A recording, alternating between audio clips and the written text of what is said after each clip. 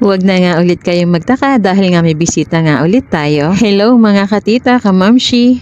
Another luto serye nga para sa order ng mga alaga ko. Hihiwain nga lang natin ang mga sangkap na gagamitin, kamatis, mushroom, at puting sibuyas. Ganito nga ginagawa ko 1 oras bago ako magluto. Green veggies nga na hindi nawawala sa ating meal at ito ang Chinese cabbage na hiniwa ko lang sa maliliit. At dito nga sa isang kawali ay magpapainit lang tayo ng mantika, sabay-sabay ng lahat para wala nang inggitan. Igisa nga lang mabuti at hayaang lumabas ang katas ng kamatis, sibuyas at ng mushroom. At titimplahan ko nga lang dito ng paminta, garlic powder at ng seasoning powder. Haluing mabuti para kumapit ang mga lasa. At syempre, maglalagay din tayo dito ng oyster sauce. 1 kamatis nga lang ang nilagay ko, kaya naman maglalagay ako dito ng ketchup na paubos na. Syempre, ugaling Pinoy, tutubigan natin para naman hindi sayang.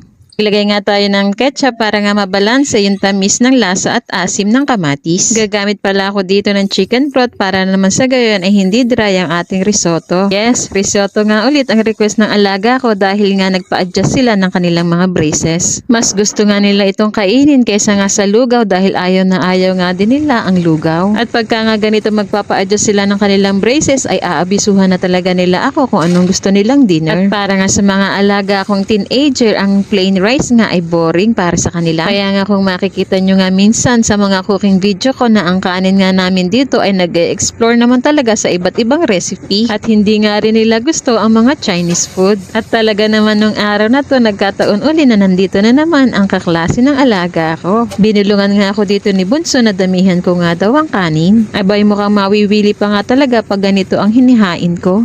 Sa part nga na to ay nilagay na nga natin ang kaning lamig, pwede naman din ang bagong saing.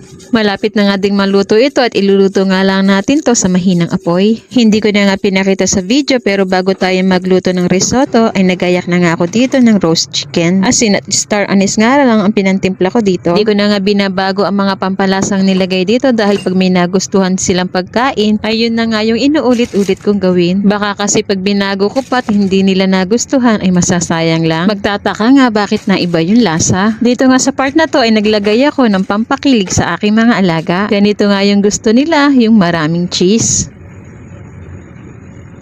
At dahil nga may nakabantay sa tabi ko, gusto nga daw niyang tikman na nagme-melt ng ganito ang cheese. Siyempre, serve natin ito with roasted chicken at hihimay-himayin ko nga lang ito ng maliliit para makain nila ng maayos. At kung nagustuhan nyo nga ang ating cooking video, baka naman pwedeng palambing, pa-follow na lang at comment na rin. Salamat sa panonood!